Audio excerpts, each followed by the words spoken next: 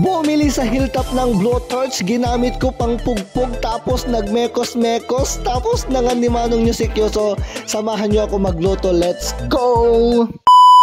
For today's video mga beshiwak ko ay magluluto tayo ng pato ay estepawan lang gayam tamay maysa pero sakbay ay jay mapantayo muna jay Grassroots Libertad Brands Philippines. Mag-share muna ako ng aking karanasan mga beshiwak ko. Alam nyo ba na napunta ako sa London nang hindi ako kumukuha ng passport at visa? Yes, ganito kasi yon. Pumunta ako sa Pag-ibig, nagutang ako doon, tapos pumunta ako sa SSS, nangutang ulit ako doon, tapos pumunta ako sa Grassroots. Kaya yun, sana akong certified na taga London. Ay, Londito, tapos London. Nagets mo? Haanla, ay, nag-slow ka, ay.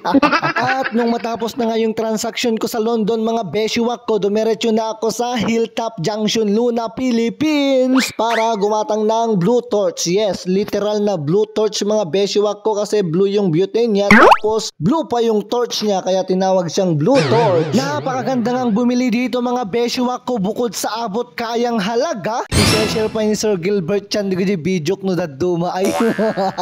Kaya sa mga nagbabalak bumili ng gusto nyong bilhin, anak naggulo.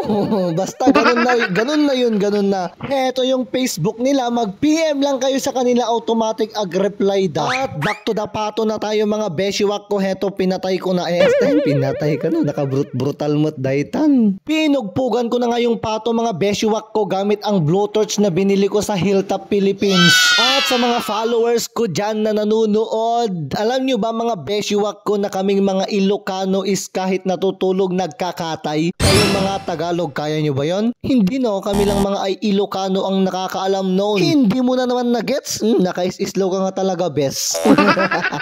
At fast forward na tayo mga beshiwak ko, nung natapos ko na siyang napulpugan at naparty, ay nagisaang na ako ng danom. At yung danom mga beshiwak ko, linagyan ko ng laya, gaya ng kapitbahay mo, nagdakkel tilaya na, at linagyan ko rin ng baraniw. Tapos kinaluban ko ng takip, anya nga rod. Tapos after 224 hours, nagburburek na siya mga bes. Kaya inilagay ko na yung karne ng pato, tapos agad-agad nauna nagburek man isulan mga bes. Diba nagalisto na kagluto. After 20 years and 24 seconds mga beshiwak ko, heto tinanggal ko na naman yung danom na ubram nga talaga, apikas na nga talaga agluto. Kanya-kanya di pa nagluto mga beshiwak ko, tapos ginamit ko yung non-stick pan. Diba? Galing yan sa TikTok.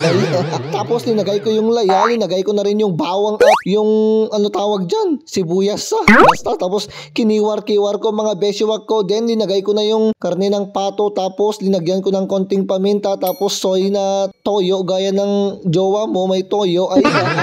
Pagkatapos ng tapos naggulo linagyan ko yan ng secret ingredient.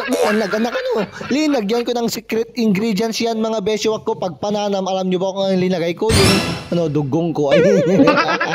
At pagkatapos ko nga itong minekos-mekos yan mga beshiwak ko, ay rinamanan ko na nagnanam kasi nga lutok day talakan mat nga ibak nga halay. At binalon ko nga ito mga beshiwak ko, at dito ako sa post ko na nga, tapos yung dadumang karne niya ibinigay ko sa aking kakadwa. Tapos shout out pala sa aking karuba na napukawan ng pato niya ay jokes.